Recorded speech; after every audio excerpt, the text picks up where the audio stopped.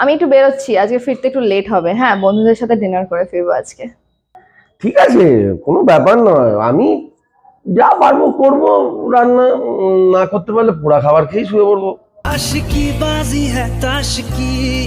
শোনো না, ভাবছি একটু বাপের বাড়ি থেকে ঘুরে আসি, দিন সাথে থেকেই আসি মায়ের কাছ থেকে।